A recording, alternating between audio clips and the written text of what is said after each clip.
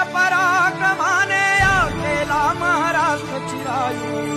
जय जय जय जय जय जिजाऊ।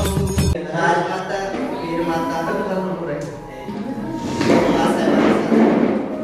जन्मदिन सोहळा practice solution private limited आपल्या संस्थेमध्ये करीत आहोत। शिवरायांना कसं घडवलं? छत्रपती शिवाजी महाराज जिजाऊच्या तालमीत कसे घडले?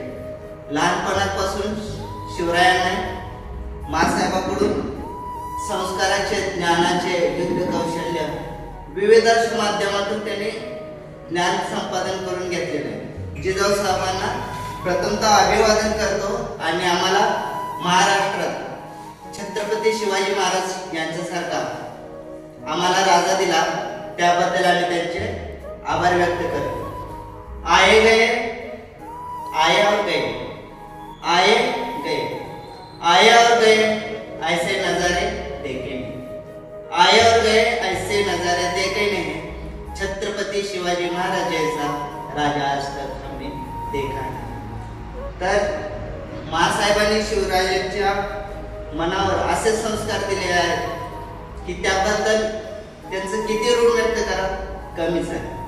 प्रसंगी शिवरायांनी ज्यांच्या विरुद्ध जे कटक कारस्थान करत होते, युद्ध कौशल्याच्या विरुद्ध जाऊन त्यांनी सन्मान जिजाऊ साहेबांच्या शिकवणीमुळे स्त्रीला अबाधित ठेवलेला आहे। शिवाजी महाराजांनी परस्त्रीला माते समान, परस्त्रीला माते समान, बहिणी समान, आईचा दर्जा दिला आणि स्त्रीला दर्जा मातेचा, आईचा देऊन एवढ्यावरच थांबले नाही तर त्यांची कन्या नारायणाने ओटी भरून बहीण मानलेली आहे।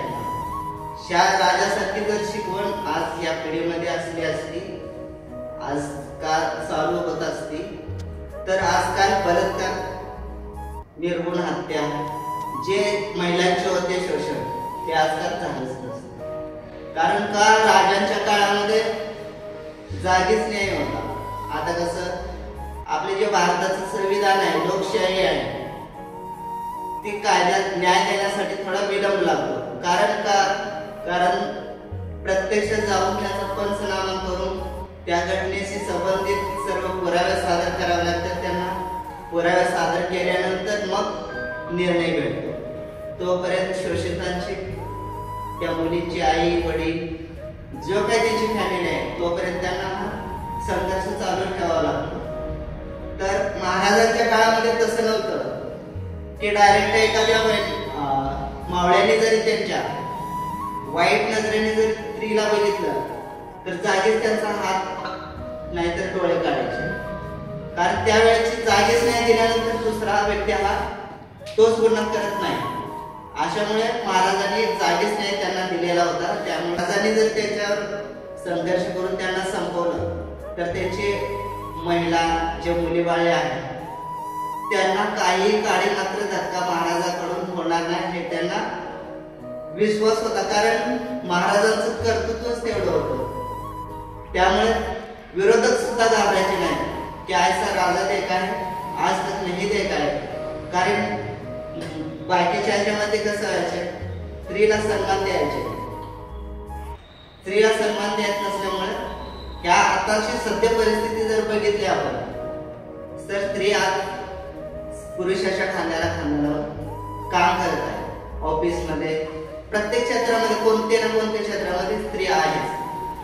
त्यामुळे स्त्रीचं जे सन्मानास्कार होतो आणि जे शिकवण स्त्रीला मिळते, फक्त ती क्रांतिज्योती सावित्रीबाई फुलेमुळे, मासाहेबांच्या शिकवणीमुळे, संस्कारामुळे आज आपण ते पाहायला मिळतोय। आज त्या मासाहेबांनी जर महाराजांमध्ये संस्कारच दिला नसता, स्त्रियाविषयी जर काहीच त्यांचे संस्कार बिंबवले नसते, तर महाराजांनी जर काहीच त्यांच्याबद्दल विचार केला नसता, तर आजकाल स्त्री ही चूल आणि मुलच करत राहिली असती। महाराजांना एवढे संस्कार दिले की परस्त्री जर त्यांच्या समोर आली तर माता झुकला पाहिजे। आणि समोरची जी स्त्री त्यांच्या समोर येत होती महाराजांसमोर, स्त्री त्यांना अजिबात काळी मात्र त्यांना भीती वाटायची नाही। महाराज राजा देखा है तो राजा हमारा, महाराज स्त्री की इज्जत करता है, स्त्री की इज्जत बढ़ाता है। हमको कुछ नहीं करेगा असंच ते बाकीच्यांमध्ये चर्चा असायची. आणि दुसरी गोष्ट, कालच सिंदखेड राजा बुलढाणा साहेबांच्या महाराजांच्या विचारास वेळ दिला, त्यांचे विचार संस्कार आपल्या मनावर बिंबवून घेतला तर आपलं जीवन सार्थकी लागल्यासारखं आहे. कारण इतिहास घडवणं खूप कठीण असतं. इतिहास घडवणं खूप कठीण असतं. इतिहास निर्माण करावा लागतो. जय जय जय जय जय